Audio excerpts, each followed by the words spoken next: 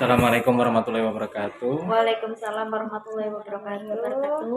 Alhamdulillahirabbil alamin wassalatu wassalamu ala asyrofil anbiya'i wal mursalin wa ala alihi washabihi ajmain amma ba'du. Yang terhormat Ibu Evi selaku pendamping saya yang selalu setia menemani setiap ada tugas ya Bu ya. Yang kami hormati Bu Suri yang telah membantu saya dalam mengerjakan tugas CGP yakni kegiatan observasi kelas. Pertama dan paling utama marilah kita panjatkan puji syukur kehadirat Tuhan Yang Maha Esa karena pada hari ini kita semua masih diberikan kesehatan jasmani dan rohani sehingga kita dapat berkumpul di sini dalam rangka kegiatan observasi kelas. Puji syukur kehadirat Tuhan Yang Maha Esa. Salawat serta salam tak lupa kita sanjungkan kepada baginda Nabi Muhammad SAW yang telah kita nantikan syafaatnya biyaumil qiyamah. Amin. Sebelumnya Bu Evi terima kasih karena telah hadir hari ini.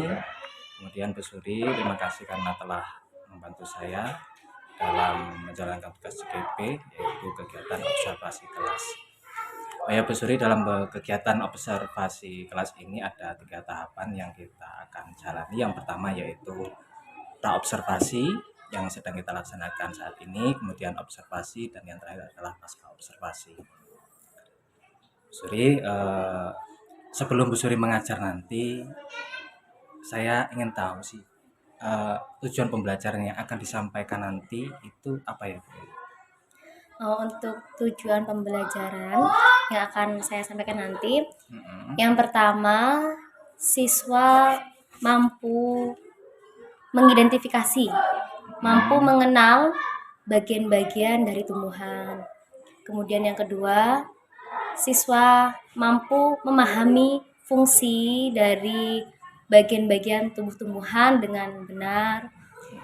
Kemudian yang ketiga, siswa mampu mengaitkan fungsi bagian tumbuh-tumbuhan dengan kebutuhan tumbuhan tersebut untuk tumbuh, untuk berkembang biak, untuk mempertahankan diri dan lain sebagainya. Ya, baik Bu. Jadi ada 3 poin dari tujuan pembelajaran yang Bu Suri sebutkan tadi Bu ya. Iya. Nah sekarang Bu, dari ketiga tujuan pembelajaran tersebut mana nih yang ingin dikembangkan Bu Suri? Yang ingin saya kembangkan itu poin kedua Pak. Poin kedua, ya. Siswa mampu memahami fungsi bagian tumbuh-tumbuhan. Ya, jadi Bu Suri ingin mengembangkan poin yang kedua, artinya siswa mampu memahami bagian dan fungsi tumbuhan Bu ya secara tepat dan benar. Tentu untuk bisa siswa mampu memahami bagian dan fungsi tumbuhan dengan tepat dan benar itu butuh yang namanya strategi Bu ya. Ya. Nah sekarang apa ini? Apa yang strategi siapkan oleh Bu Suri? Untuk strategi yang saya siapkan itu yang pertama, saya membentuk siswa itu menjadi kelompok yang heterogen Pak. Iya, kelompok yang heterogen. Terus yang kedua, saya menggunakan metode diskusi, kemudian presentasi. Dan yang ketiga, pembelajaran yang student center. Pembelajaran student. Berarti 3 strategi yang akan dilaksanakan Bu Suri nanti ya. Kalau boleh tahu Bu, kenapa Bu Suri memilih untuk membuat kelompok yang heterogen sih Bu? Kenapa? Karena menurut saya kalau sesuai ya Pak ya dengan arti heterogen ya Pak, kan beda ya Pak, nggak sama. Ya, ketika saya membuat kelompok yang heterogen di mana di situ kemampuan anak berbeda-beda, ada yang tinggi, ada yang sedang, ada yang rendah. Di situ anak-anak bisa memahami perbedaan, terus bisa saling membantu ketika teman sekelompoknya ada yang kurang paham, teman yang lebih tahu, lebih bisa saling membantu, bisa membantu seperti itu. Ya, baik Bu, mantap sekali. Jadi intinya itu agar siswa terlatih juga dalam menerima setiap perbedaan Bu ya. Kemudian siswa itu bisa bekerja sama dengan latar belakang yang berbeda-beda. Ya, kemampuannya ada yang tinggi, sedang, dan rendah. Kemudian yang kedua, kenapa Bu Suri memilih dengan metode diskusi? Karena kalau menurut saya itu dengan metode diskusi itu siswa bisa belajar mengemukakan, menyampaikan pendapatnya seperti itu Pak. Ya, saya setuju Bu. Terus tadi kan dilanjutkan dengan presentasi Bu ya. Ya. Apa sih kelebihan daripada presentasi itu Bu? Kalau menurut saya dengan adanya presentasi siswa akan belajar berani maju ke depan kelas, menyampaikan diskusi mereka, terus belajar percaya diri untuk tampil di depan kelas seperti itu. Wah mantap Bu. Saya sangat setuju. Jadi kalau dilihat dari penjelasan Bu Suri itu berdasar semua ya Bu ya. Ya artinya ya memang setiap kita melakukan itu harus memiliki dasar sih Bu. Ya saya sangat setuju.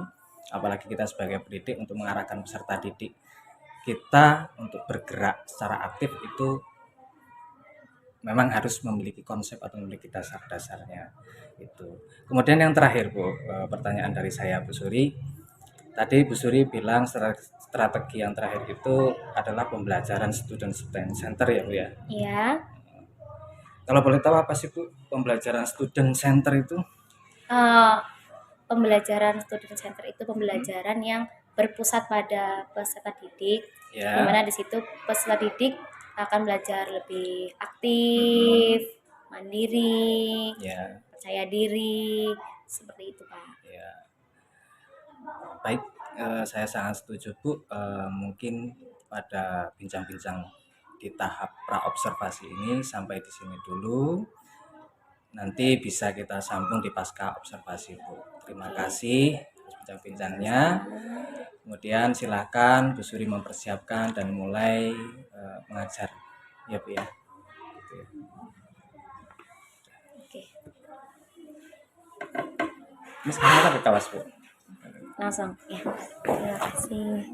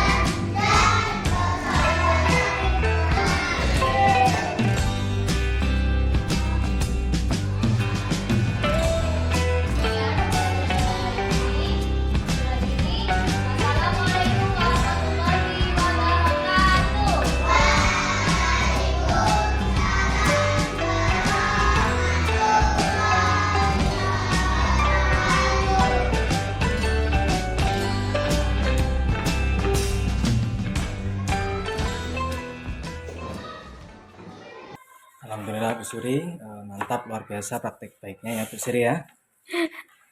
Ya, jadi Alhamdulillah. selama saya observasi saya mendapatkan aspek-aspek yang sangat dilakukan oleh Bu Suri di pengajaran kelas tadi. Yang pertama, Bu Suri tadi mengembangkan lingkungan kelas yang memfasilitasi murid belajar secara nyaman. Kemudian Bu Suri menggunakan komunikasi positif, tidak di dalamnya terdapat interaktif, di mana dalam interaktif ini Bu Suri tadi menggunakan komunikasi dua arah, yaitu murid dengan guru dan murid dengan murid ya Bu ya. Kemudian empati, emosi positif, kemudian pemberian motivasi dan pembukaan proses belajar itu dibuktikan tadi ketika Bu Suri menyampaikan tujuan pembelajaran. Bu Suri tadi kan menyampaikan kepada murid itu mengidentifikasi ya Bu. Bu Suri memberikan bahasa ke anak itu mengenali. Iya, tahu. iya. Soalnya kalau siswa dikasih tahu mengidentifikasi pasti ya masih bingung. Apa Ya, ya aku gitu. ya itu Bu Suri juga sudah menyampaikan tujuan pembelajarannya sesuai dengan kebutuhan murid. Kemudian Bu Suri juga sudah melakukan scaffolding untuk membantu murid sesuai dengan kebutuhan belajar mereka. Itu dibuktikan ketika tadi Bu Suri menuangkan tinta ke dalam gelas. Bu Suri menuntun anak ya. Kemudian Bu Suri juga memodifikasi strategi, materi, dan pengelompokan untuk mengoptimalkan kesempatan siswa untuk belajar dan memenuhi kebutuhan belajar mereka. Siswa terlibat aktif sepanjang pembelajaran dan fokus dalam pekerjaan, tidak hanya mengembangkan keterampilan, tapi Bu Suri juga mengembangkan agar siswa itu dapat memecahkan masalah. Itu juga tadi saya melihat dibuktikan dengan mengembangkan keterampilan di kelompok 6 Bu Suri. Kemudian Bu Suri juga memberikan umpan balik Bu. Terima kasih Bu Suri sudah melakukan praktik mengajarnya. Itu observasi saya Bu. Nah sekarang Bu Suri pada pasca observasi ini di bagian refleksi saya mau nanya Bu, ada tidak kesulitan yang Bu Suri temukan ketika mengajar? Ada. Ada. Apa Bu kira-kira? Kalau ketika saya memberikan persepsi atau pertanyaan pemantik ya Pak, di situ ada anak yang dia itu mau menyampaikan pendapatnya, mau terlihat aktif tapi malu, pingin sebenarnya saya tahu juga dia pingin tapi malu, seperti itu Pak. Nah itu ya, jadi intinya Bu Suri ini mengharapkan atau menginginkan bisa menangani murid yang malu itu Bu ya. iya, ya kan pasti kan seorang guru pingin semua anaknya kan pasti ya, aktif, seperti itu. Ya, kemudian menurut Bu Suri, apa yang Bu Suri lakukan ketika mendapatkan peserta didik yang seperti itu? Kalau saya itu biasanya saya ini Pak, saya rangsang, saya pancing. Saya ya. pancing anak itu, kadang juga nanti saya datengin, kalau menurut kamu gimana? Kalau pas bareng-bareng saya nanyain gitu, dia kan malu tuh. Nah, saya datengin, kalau menurut kamu gimana? Nah, di situ pasti dia mau jawab walaupun dengan suara lirih. Gitu. Oh iya Bu ya.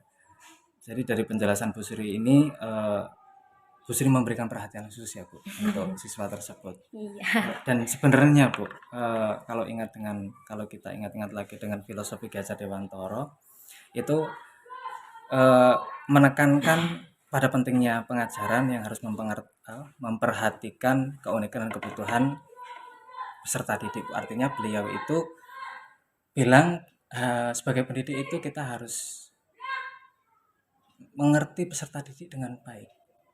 Nah, itu nanti tujuannya biar apa? Biar proses pembelajaran itu efektif dan menyenangkan. Itu. Kemudian yang kedua, ini sangat erat dengan kaitannya kelompok belajar yang efektif tadi Bu ya. Kelompok belajar yang heterogen tadi ya. Di dalam heterogen itu kan ada kemampuan siswa yang beda-beda. Iya, beda-beda, maksudnya tinggi, sedang, rendah gitu ya. di mana siswa yang memiliki kemampuan tinggi itu bisa menularkan kepada siswa yang memiliki kemampuan rendah, Bu ya. Jadi dan itu juga bisa menjadi solusi dari Bu Suri juga gitu. Iya. Oh ya Bu Suri, sebelumnya sudah mencoba melakukan hal itu, Bu, solusi itu? Udah. Udah berhasil? Alhamdulillah berhasil. Alhamdulillah berhasil. Kalau keberhasilan itu kira-kira mencapai persentase itu berapa persen, Bu? 70%, Pak. 70%. Alhamdulillah ya, Bu. Wah, mantap sekali Bu Suri. Kemudian sekarang yang terakhir, ada tidak Bu pertanyaan-pertanyaan terkait pembelajaran yang ada di kelas tadi? Mungkin kayaknya nggak ada sih, Pak. Kalau misalnya ini agak di luar gimana? Boleh? silakan Bu Suri, Ya, kalau biasa sih Pak, kalau kayak gitu kan masih di antara satu atau beberapa anak. Ketika proses pembelajaran berlangsung, adalah yang apa ya, yang kayak dia ada yang sibuk sendiri atau mainan, bahkan ngajak temannya ngobrol ya. Nah, itu kalau biasanya kalau misalnya saya mengambil fokus mereka ya, dengan memanggil nama anak atau bertanya, atau saya dengan seperti tadi saya melakukan tepuk fokus, tepuk diam dan lain sebagainya. Kalau menurut Pak Anas, selain yang sudah saya sebutkan tadi, itu apalagi Pak? Gitu. Itu kembali ke strategi ya, strategi pembelajaran. Kalau yang saya sudah alami itu untuk merancang ke kelas itu, yang pertama yang saya lakukan adalah membuat kenyamanan di lingkungan belajar itu, Bu. Jadi sebelum memberikan perhatian kepada siswa, saya membuat nyaman dulu siswanya.